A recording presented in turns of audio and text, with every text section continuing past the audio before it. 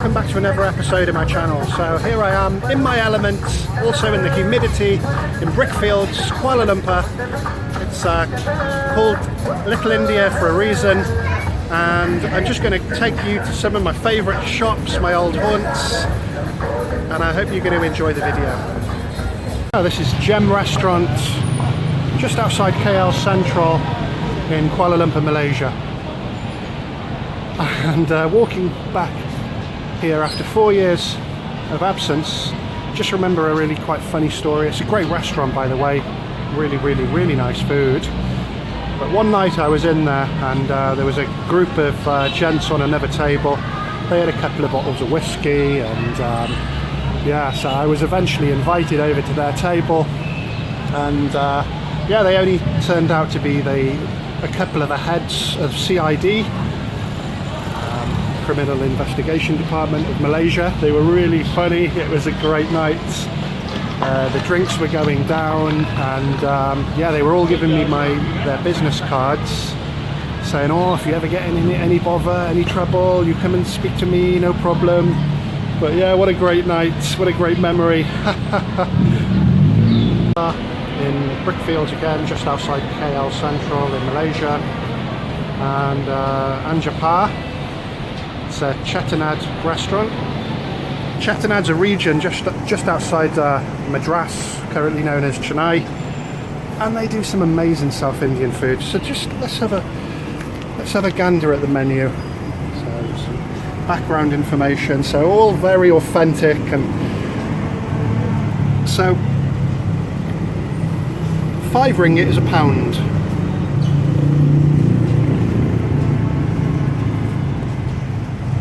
Good. So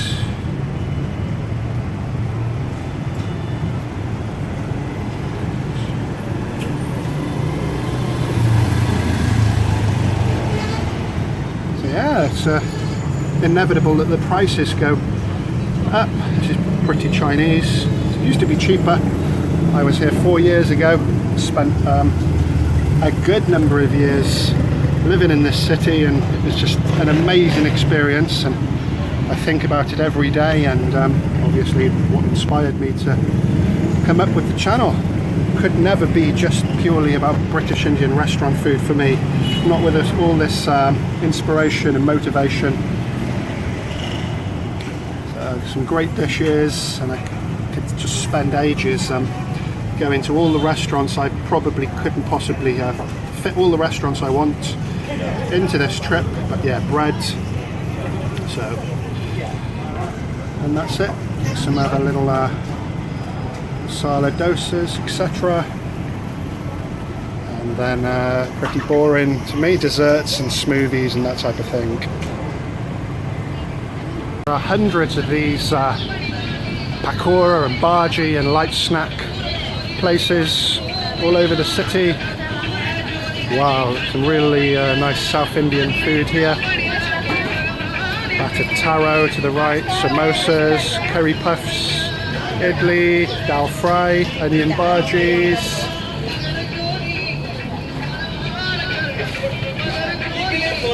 Nice and hot and humid here, as always. Just have a little scan at the cooking. Just all basically fried. Saravana Bhavan. I think there's about at least 4 or 5 different branches of this. I just thought I'd include this because not long ago I visited Wembley in London, where I went inside the restaurant, and yeah, here we are, another Saravana Bhavan. Let's have a look at the prices. So a lot cheaper, obviously. Let's just have a look at the set meals here. So 5 ringgit for the pound, so much cheaper than the UK, obviously. 6% tax now included in all the prices. So lots of tallies, lots of great food. Called a Mamak restaurant here in Malaysia. Mamak is a word for Muslim, and it's a combination, the cuisine anyway, is a fusion between Malay and Indian. Let's just have a quick look here. So everything's made in batches. So we've got some beef curry by the looks of it. Pork's definitely off the menu. Some nice squid there. I think this is kingfish or some type of mackerel. We've got some cutlets there, omelettes, some egg, and it's sort of self-serve, and then a guy just comes over to your table and has a look what you've got and just writes it out impromptu, your little bill, slips it under your plate. So plenty to choose from. And what you see to the top there doesn't look as appetizing as my version, I must say, is the fried bitty gourd, but it becomes an addictive taste. It's really, really unique. And obviously you can get your coconuts and your Malay influence there, with all the walk-on 24 hours a day with the noodles, and so that's that. So all different types of goreng, basically means fry, so mee goreng, fried noodles, Maggi goreng, nasi is rice, rojak is a mix of sauces and fried tofu and things like that, and tosa is a dosa. Hello sir, how are you doing? Yeah, very good, thanks. The Indian communities dotted around the city. You're going to get some of the best alcohol shops. I don't know, I think India runs the monopoly on duty free. Anybody that's been to India, not Gujarat because alcohol is banned there, you're just going to get some amazing prices that are cheaper than all the Western type of style supermarkets. And McDowell's whiskey is a really, really popular choice if you don't want to buy anything like Western. And you've got to remember that when Britain colonised England, a few good things came out of it. That's one way to put it. But it was at the time when Britain was making some really fine alcohol, and that was incorporated into Indian culture at the time when we were making some great whiskies. We still are, obviously, with Scotland being at the forefront. But some of those older recipes flourished in India, and you really got some great Indian liquors. So there you go. It's got some great beers as well. Lots of these little colonial style buildings here. Pretty picturesque, isn't it? Really nice. So great to be back. Just about to go into Brickfields now. Well, the main street of Brickfields. But I feel so nostalgic with all the music and the smells, and it's just an amazing sensation on the senses.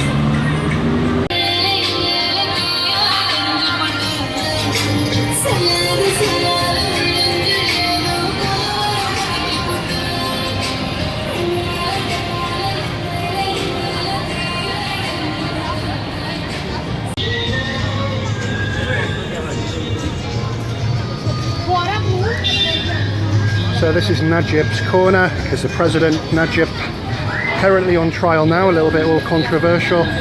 He ate here once.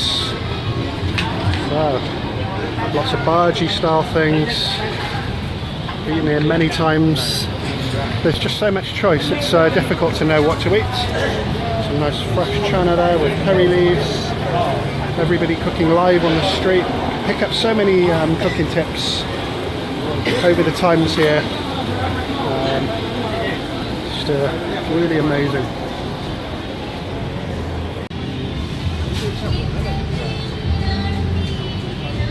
Kaffir lime there at the bottom, the wrinkly one. People use that for showering. Really nice and good for your skin.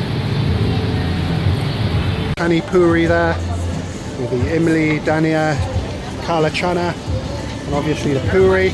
Good selection of Indian sweets. But this is great. Similar to Birmingham, but different, you know, with the choice and variety. You've just got everything you could think of here. I intend to do some spice shopping. Got to find a cash machine first. I should have planned that in advance. We'll have a look into what spices are available shortly.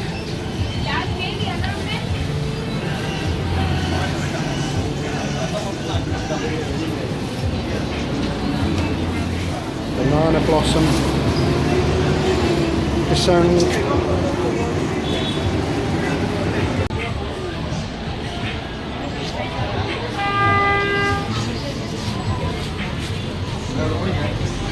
look like Turkish chilies, don't they? So So getting a bit pushed for space here.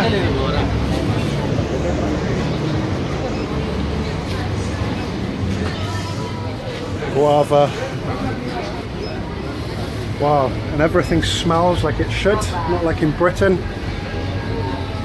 where everything's highly mechanicalized. So many different greens there, super healthy.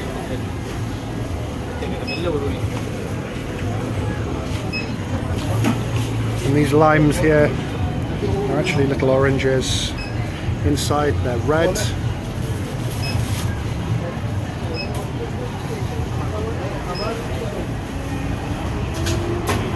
So that's 20p for that okra. Some baby brinjal. So this is interesting. These might be local to Malaysia, but this is what I buy in England for about, you know, between £3 to £6 depending on how big the bag is. And here, 3 ringgit, so you're talking approximately 60p for one of those bags. And that's where you get your great flavour in the curry. Very low water content, very naturally sweet. People having their fortunes told. So another like Mamak style restaurant with banana leaf. Rice is the predominant part of the meal, as opposed to in England where we have rice as an accompaniment. But rice is so important here. It goes on the banana leaf first. Smelling so fragrant, right, colourful. So you know, all the offerings to the temples, people like to give flowers, some betel leaf there. So these guys are constantly making these wreaths up all day long. Great sight, and really, really fragrant, obviously. I'm so annoyed with myself. I've got to go all the way back to the train station to use the cash machine. There's no cash machines around here. I should have known better. I'm a total weekend tourist. So always make sure you've got some cash with you when you get out of the city centre. Isakan. I used to go to this store so much to buy all my spices. So let's have a look at the spices and everything else in here. Okay, toiletries. So where's the spices? Can I sniff them out? Wow. So all different types of poppadoms, you name it. Let's just have a price. So 50p for a little packet of papad, as they're known here. Every type of flour, very similar to Wembley actually, you know, with the South Indian community. You've got all different types of dals and that type of thing. Idli mixes, thosai, as they call dosa here.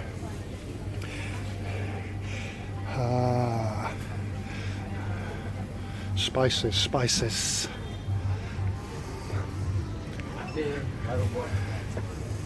So all your fresh, free serve lentils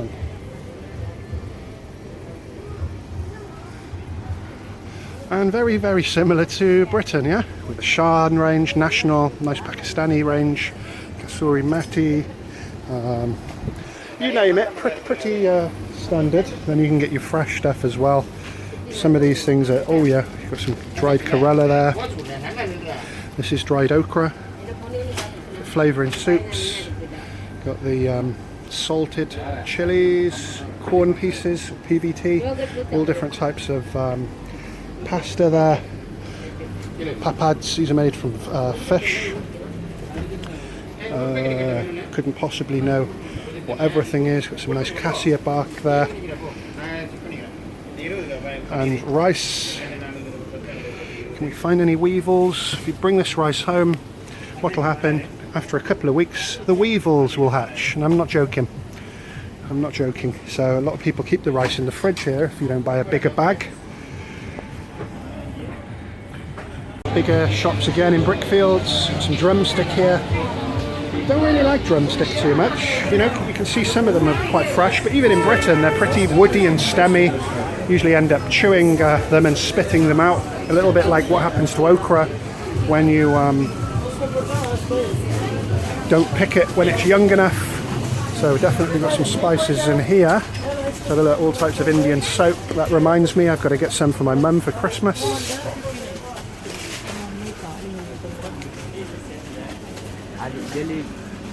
Kohinoor rice.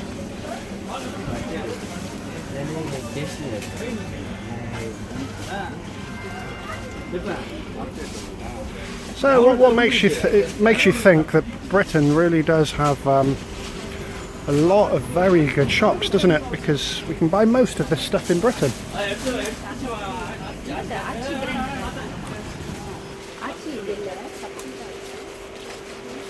This is all milk. A lot of developed countries use condensed or tin milk.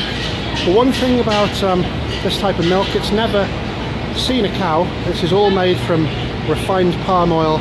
It's heart attack juice, and unfortunately it's very, very popular here. Pickles. Why I thought that was interesting. I always swear by using Mother's pickle. Got quite a range here. I didn't notice that in Malaysia before, but the sheer range is a lot more. And how much is that? It's about £1.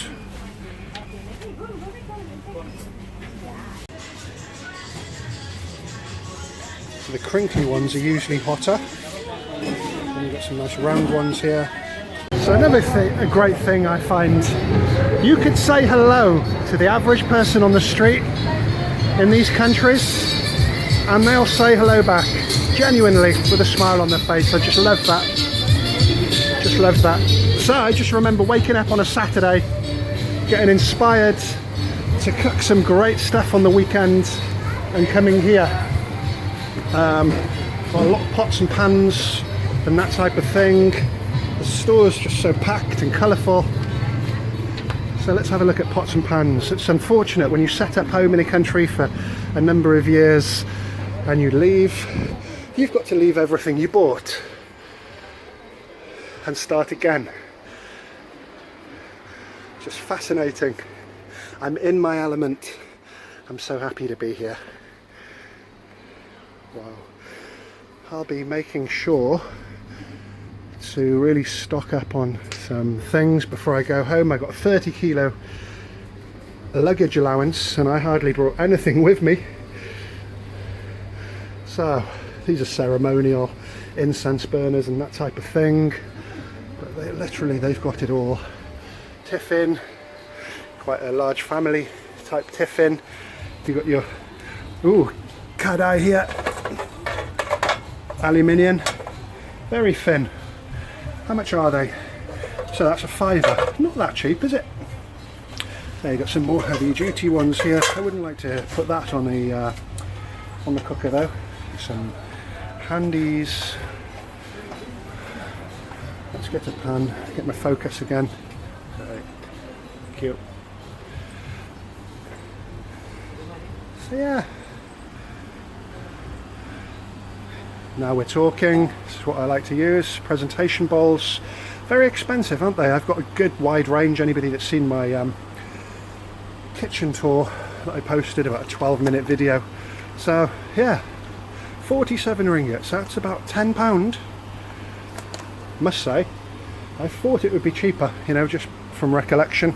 But I could probably pay about £10 for that as well. It's good quality with the copper on the outside, and copper's got medicinal properties or whatnot.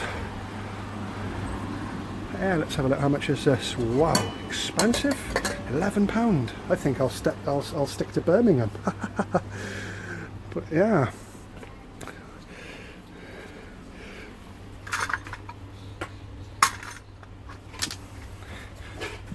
This is if you're making I can't remember what they're called, but so utensils. Wow. So idli steamer. Been wanting to make an idli video from scratch. I was thinking about using an egg poacher machine. But this is the proper job here. So here we are. Not too much to see, but this is a Buddhist temple in Brickfields. And one interesting little story is that Gordon Ramsay came here around 10 years ago, and cooked a vegetable curry for the president of Malaysia at the time, Najib. Not a great deal to see.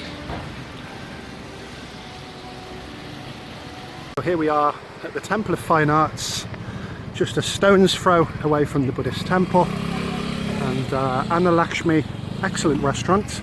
Unfortunately, I won't be going in today. I'm wearing shorts.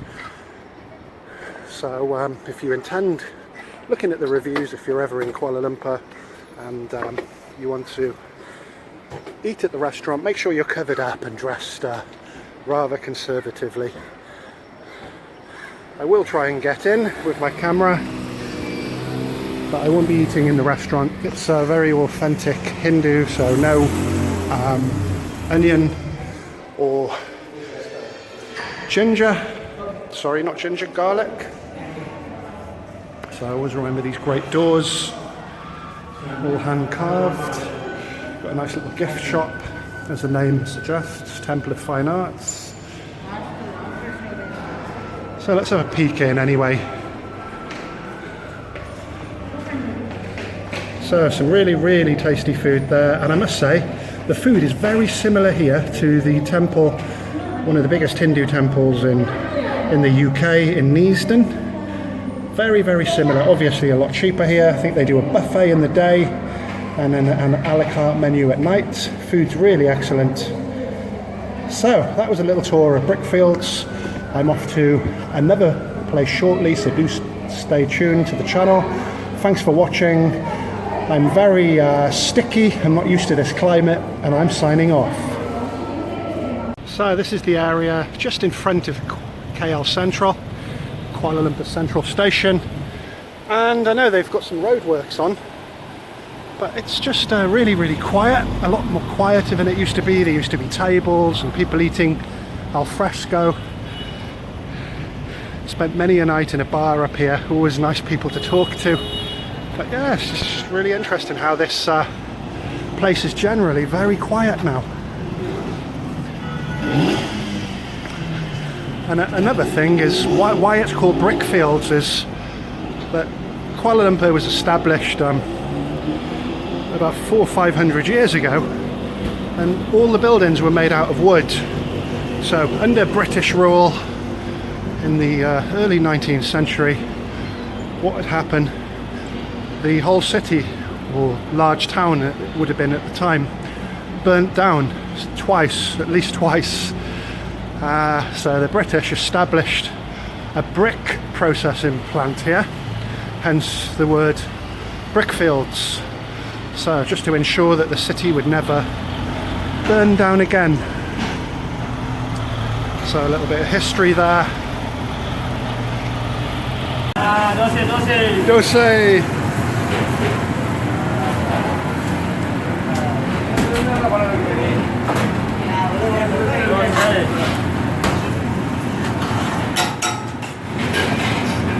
Roti canai, dosa.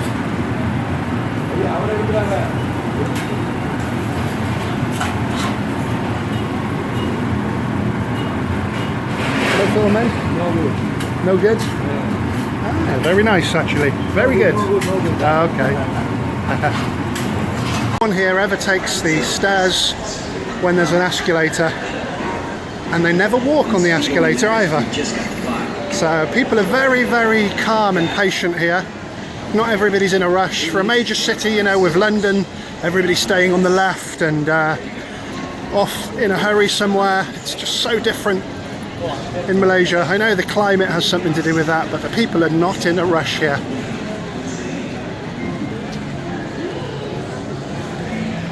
So this is KL Central Station, where I'm getting a train to another destination.